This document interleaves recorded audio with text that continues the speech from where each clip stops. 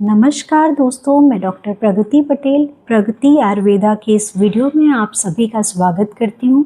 आज के इस वीडियो में आप सभी लोगों से मैं बात करना चाहूँगी ऋतुचर्या के बारे में।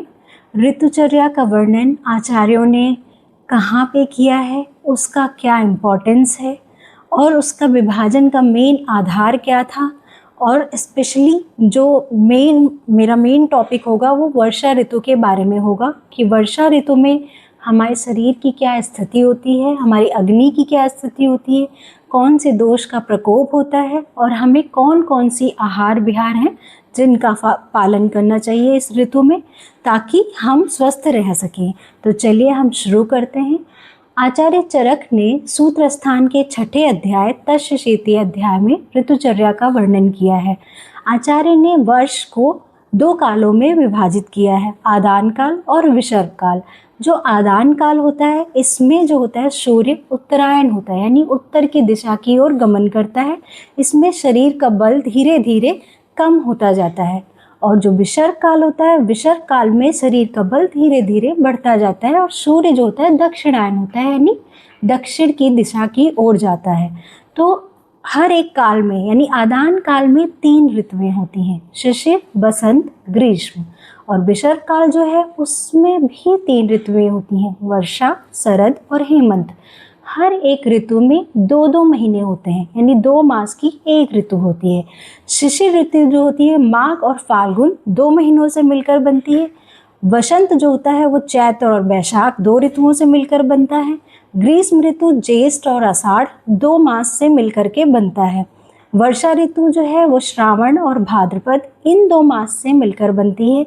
शरद ऋतु जो है वो आश्विन और कार्तिक इन 2 मास से मिलकर बनती है।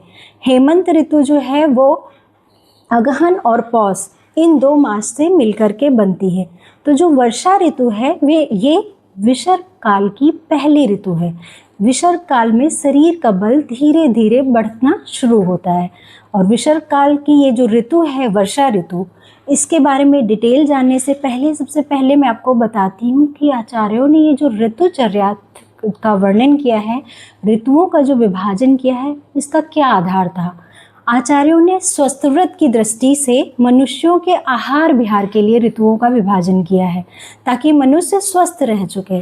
और इसकी क्या इम्पोर्टेंस है, मतलब ऋतुचर्या, हर एक ऋतु में क्या आहार विहार है, क्या हमें मतलब खाना चाहिए, कौन सी ऐसी क्रियाएं हैं जो हमें करनी चाहिए, इन्हीं को हम चर्या वर्ड से डिनोट करते हैं। ठीक है, तो आचार्यों ने ऋतुचर्या का वर्णन क्यों किया है, उसका क्या महत्व है, हमें क्यों जानना चाहिए। तो देखिए, हम लोग अपने हिसाब से कई लोग बताते हैं कि हमें प्रोटीन डाइट लेनी चाहिए, हमें ग्रीन लीफी वेजिटेबल्स खानी चाहिए, लेकिन ऐसा ज़रूरी नहीं है। किसी ऋतु में इन सब चीज़ों को त्याज्य भी बोला गया है, पर हमें जब ज्ञान ही नहीं होगा कि कौन सी चीज़ों को हमें कब खाना चाहिए, कितनी मात्रा में खाना चाहिए। कई बार हम मात्रा में क्वांटिटी में कम ही खा रहे हैं, प्रोटीन रिच डाइट ले रहे हैं, गुड फैट्स ले रहे हैं, लीफी वेजिटेबल्स ले रहे हैं, लेकिन अगर गलत टाइम पे ले रहे हैं, गलत ऋतु में ले रहे हैं, तो उसका हमें वो बेनिफिट नहीं मिलेगा जो मिलना चाहिए। तो इसलिए हमें क्या करना चाहिए, हमें इस चीज़ का नॉलेज होना चाहिए। और ये आयुर्वेद संहिताओं में प्रॉपर विस्तृत तरीके से इसका वर्णन है कि यदि अगर हमें ये ज्ञान हो कि किस ऋतु में कैसा आहार विहार हमें करना चाहिए, जो मनुष्य ये चीज़ जानता है तो उसको उस आहार का फल मिलता है।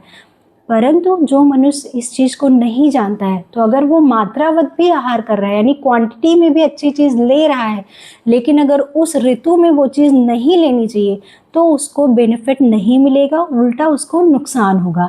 यही इम्पोर्टेंस है ऋतुचर्या के जानने का, मतलब इसलिए हमें ज्ञान होना चाहिए उसका। तो चलिए अब हम वर्षा ऋतु पे मेन अपना फोकस करते हैं।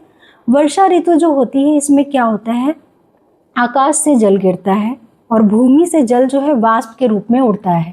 ठीक है, और जल का विपाक जो है अम्ल होता है। ये 3 कारण होते हैं। 3 कारणों की वजह से हमारी जो अग्नि है, अग्नि का बल हमारी क्षीण हो जाता है। क्षीण यानी अग्नि का मतलब होता है जठराग्नि, जिससे हमारे अन्न का पाचन होता है। ठीक है, अग्नि का बल क्षीण होने लगता है। क्षीण होने की वजह से वात आदि दोष जो होते हैं वो प्रकोपित होते हैं। तो हमें मेन याद रखना है कि वर्षा ऋतु में वात दोष का प्रकोप होता है। ठीक है, और हमारी अग्नि जो होती है बहुत ही दुष्ट होती है, दुर्बल होती है। ठीक, तो वर्षा ऋतु की ये दो मेन चीज़ें हो गई। और हमारे शरीर का बल भी होता है, क्योंकि अग्नि ही जब छेड़ है, जब हम कुछ पचा ही नहीं सकते हैं, तो हमारे शरीर का बल भी इस समय बहुत ही छेड़ होता है।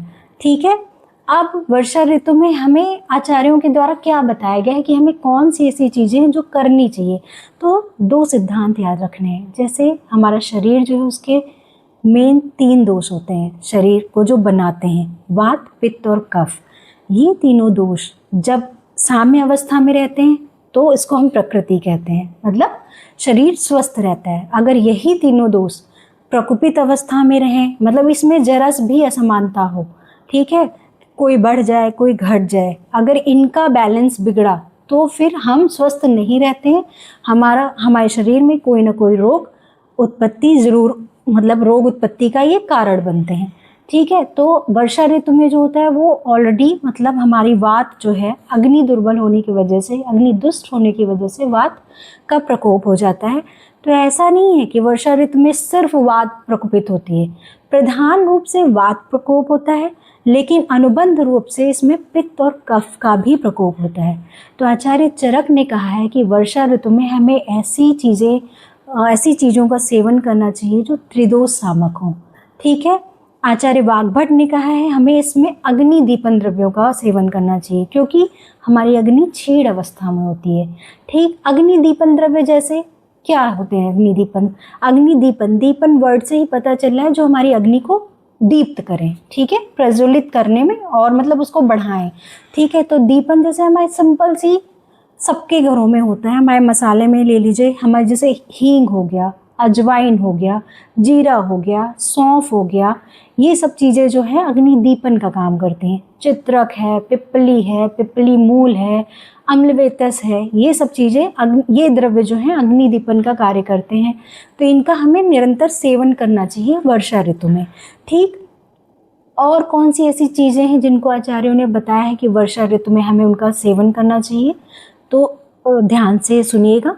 सबसे पहले आचार्य ने बोला है कि हमें पान और भोजन, मतलब खाने पीने की कोई भी चीज़ अगर हम बना रहे हैं तो उसमें थोड़ी सी मात्रा में मधु मतलब शहद, ठीक है, शहद का प्रयोग करना चाहिए। क्यों करना चाहिए? शहद जो होता है वो वर्षा ऋतु में जो उत्पन्न हुआ क्लेद है हमारे शरीर में उसको कम करता है, तो इसलिए शहद का प्रयोग जरूर करना चाहिए हर एक चीज़ में। ठीक है, नेक्स्ट क्या है कि हमें वर्षा ऋतु में अम्ल और लवण रस, यानी हमें ये जो सीजनल फ्रूट्स आते हैं, जैसे इस समय अमरूद है, मौसमी है, जो भी चीज़ें आ रही हैं सीजनल फ्रूट्स, हमको उनका सेवन करना चाहिए। नमक डाल के उस पर, मतलब अम्ल लवण रस वाले द्रव्य, उनका प्रयोग करना चाहिए। स्नेह द्रव्य यानी घी का प्रयोग भी करना चाहिए हमें इस समय। और पुराने चावल का प्रयोग करना चाहिए, पुराने गेहूं का प्रयोग करना चाहिए। इनकी खिचड़ी बनाइए, दलिया बनाइए, तहरी बनाइए, जो भी है पुराने अन्न का हो। नए अन्न का सेवन नहीं करना चाहिए, क्योंकि नया अन्न जो होता है वो पचाने में भारी होता है। हमारी अग्नि इस समय ऑलरेडी बहुत ही दुर्बल होती है, तो इसलिए नए अन्न का सेवन नहीं करना चाहिए। दूसरी चीज़, मूंग का प्रयोग, मूंग की जो दाल है उसको संस्कारित करके, यानी छौंक के, जीरा से, हींग से, तेल से, घी से, इनसे छौंक के मूंग की दाल का चाहे जूस बनाएं, मतलब उसका खिचड़ी बनाएं, दलिया बनाएं, जो भी है वो मूंग की दाल का प्रयोग ज़्यादा से ज़्यादा इस महीने में करना चाहिए, वर्षा ऋतु में करना चाहिए। और पानी कैसा पीना चाहिए? पानी जो है इस समय गर्म करके जब ठंडा हो जाए, वो उबला हुआ पानी जो है उसका प्रयोग, जैसे ऐसा पहले सब लोग अपने घरों में अक्सर इसको प्रयोग करते थे। ये बहुत ही उत्तम जल होता है, अगर हम उसको पानी को गर्म करके ठंडा कर लें, ऐसे पानी का प्रयोग करना चाहिए। ये चीज़ें हो गई जो आचार्यों द्वारा बताई गई हैं कि इनका प्रयोग करना चाहिए। कौन सी ऐसी चीज़ें हैं जो आचार्यों ने मना किया है कि वर्षा ऋतु में उनका प्रयोग नहीं करना चाहिए, अन्यथा वो फ़ायदा देने के बजाय वो नुकसान करती हैं? सबसे पहली चीज़, सत्तू का प्रयोग। सत्तू, जैसे इस मौसम में चोखा बाटी या जो भी आप लोग खाते हैं, सत्तू के पराठा, सत्तू का प्रयोग नहीं करना है, ना तो उसको जल में घोल के सत्तू का पान करना चाहिए। ठीक है, दूसरा, दिन में नहीं सोना चाहिए। आचार्यों ने एकदम साफ मना किया है कि वर्षा ऋतु में किसी भी मनुष्य को दिन में शयन नहीं करना चाहिए। और वर्षा में ओस में बैठना, तो ओस में बैठने का मतलब आप ये समझ सकते हैं कि शाम को घूमने जाना, टहलना, या वर्षा ऋतु में भीगना, मतलब बाहर जाकर के भीगना, ये सब चीज़ें नहीं करनी चाहिए। अति व्यायाम मतलब बहुत अधिक एक्सरसाइज, चरक ने तो व्यायाम को मना ही किया है, मतलब एक्सरसाइज इस ऋतु में नहीं करना चाहिए, ठीक है। और बहुत अधिक जल का पान नहीं करना चाहिए इस ऋतु में। जैसे नॉर्मली तो हम लोग बोलते हैं कि वाटर इनटेक हमेशा 3 to 4 लीटर्स होना चाहिए मिनिमम, ठीक है, लेकिन इस ऋतु में जल का अत्यधिक पान नहीं करना चाहिए। तो ये कुछ चीज़ें थी जो मैं आप लोगों को बताना चाहती थी। मैं उम्मीद करूंगी कि इसमें से कुछ पॉइंट्स भी अगर आप लोगों के लिए बेनिफिशियल हों या आप उनको याद रख के अपने जीवन में उतार सकें, तो इस वीडियो को बनाने का जो हमारा प्रयास है वो सफल रहेगा। बहुत बहुत धन्यवाद।